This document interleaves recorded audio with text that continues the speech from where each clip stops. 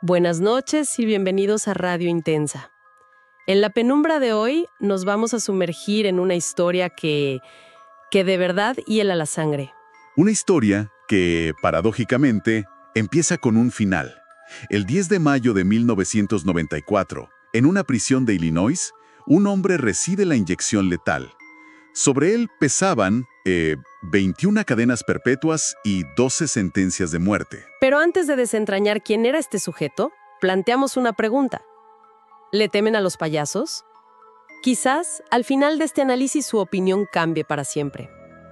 Hoy exploramos la dualidad de John Wayne Gacy. Para entender al monstruo, primero hay que conocer al hombre, o, al menos, la máscara que mostraba. Tal cual.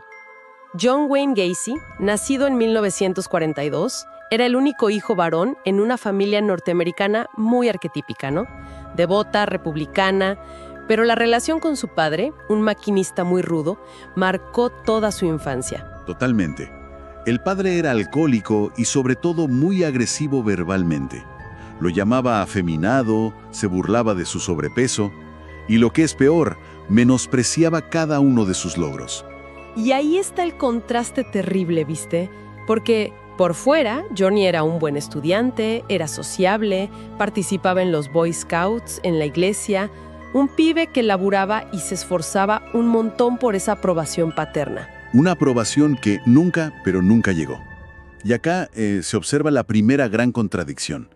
Esa necesidad de validación externa lo empuja a ser un ciudadano modelo, un tipo perfecto. Mientras por dentro se estaba gestando un conflicto enorme, sobre todo en la adolescencia. Notaba que no tenía ninguna atracción hacia las chicas. Y esa necesidad de validación lo lleva al éxito profesional. Se fue un tiempo a Las Vegas, pero volvió para estudiar negocios y se convirtió en un vendedor excepcional. Un líder, decían. Tenía ascensos rapidísimos, reconocimientos. Era increíblemente activo en organizaciones como la Cámara Junior de Comercio, la Liga de Defensa Civil. Era un tipo que trabajaba 12 horas y todavía tenía tiempo y energía para el voluntariado. Estaba construyendo una fachada impecable. Se casó con la hija de una familia adinerada. Tuvo 2 hijos. Y hasta tomó el control de varios de sus negocios de pollo frito. Para el mundo exterior, era el epítome del sueño americano. Lo fascinante es cómo toda esa hiperactividad social y laboral era en el fondo un mecanismo de evasión de su vida íntima. Claro, pero en la intimidad del hogar, esa fachada empezaba a desmoronarse. Era un esposo ausente, distante. Y en el trabajo empezaron a surgir rumores bastante inquietantes. Sí. Bromas obscenas a los empleados jóvenes, acercamientos incómodos y, bueno, la creciente sospecha de una preferencia homosexual que él ocultaba a toda costa. El rumor se convirtió en certeza en 1968. Una denuncia por sodomía contra un joven de 17 años lo llevó a juicio. Y ahí, su defensa alegó que la relación había sido consensuada. Una jugada muy arriesgada. Pero todo se derrumbó.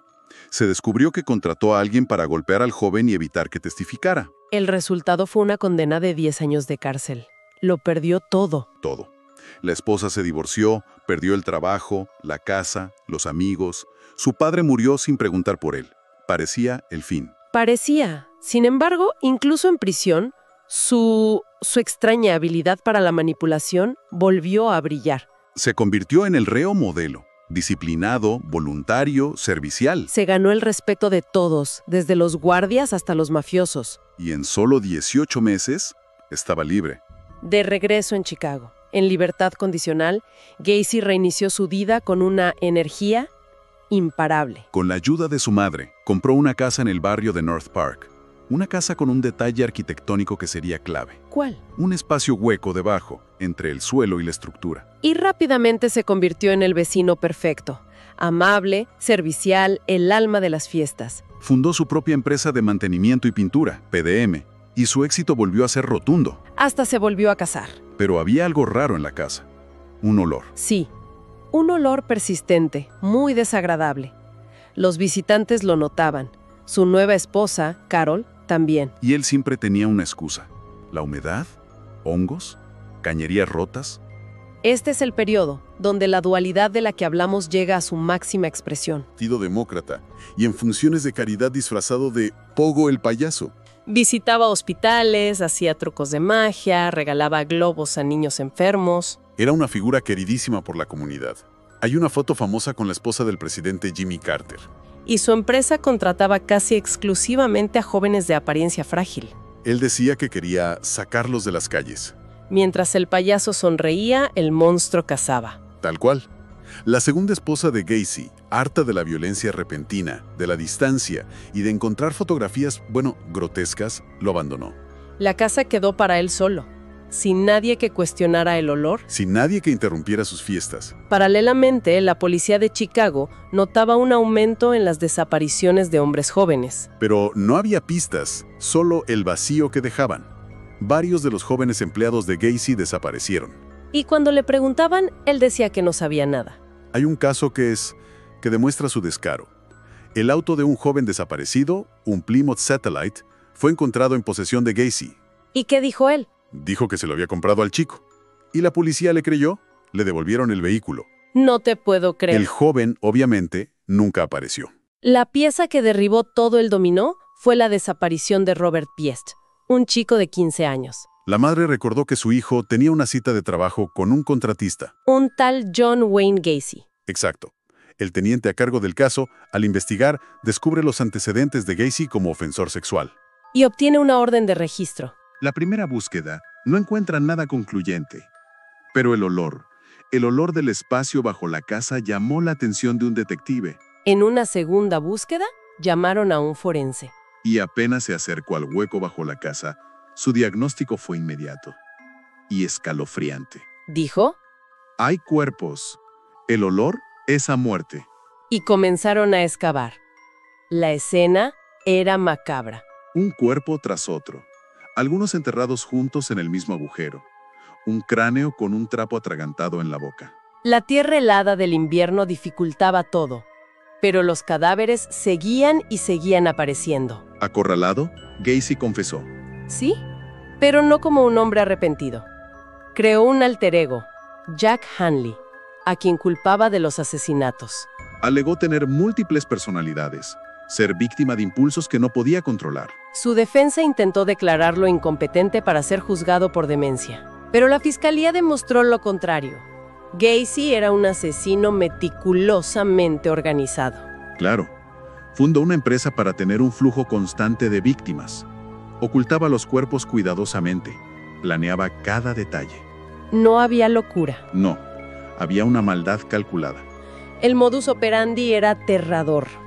Engañaba a sus víctimas con trucos de magia, usando sogas o esposas para inmovilizarlos. A veces usaba cloroformo, los torturaba y finalmente los asesinaba, a menudo asfixiándolos con su propia ropa. El recuento final fue espantoso.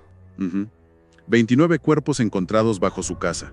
4 arrojados a un río porque ya no tenía más espacio. Y 4 más, descubiertos años después, bajo el garage de la casa de su madre.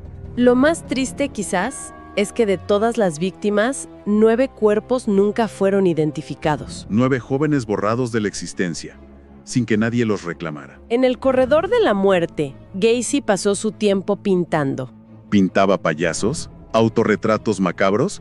Nunca admitió su culpabilidad real. Siempre se presentó como una víctima de las circunstancias. Sus últimas palabras antes de ser ejecutado fueron una última manipulación. Sí, dijo, el Estado no gana nada con mi muerte. Esto es un asesinato. La historia de John Wayne Gacy, el payaso asesino, nos deja una reflexión muy inquietante. ¿Sí? ¿Cómo es posible que una persona pueda llevar una vida pública tan ejemplar? Ser un vecino querido, un empresario exitoso, un voluntario dedicado y al mismo tiempo ser uno de los peores asesinos en serie de la historia. La sonrisa del payaso ocultaba el vacío más profundo. Es una lección sombría sobre las máscaras que las personas usan. Y sobre los abismos que pueden esconderse detrás de una apariencia de normalidad. Agradecemos a toda la audiencia de Radio Intensa por acompañarnos en esta inmersión a la oscuridad.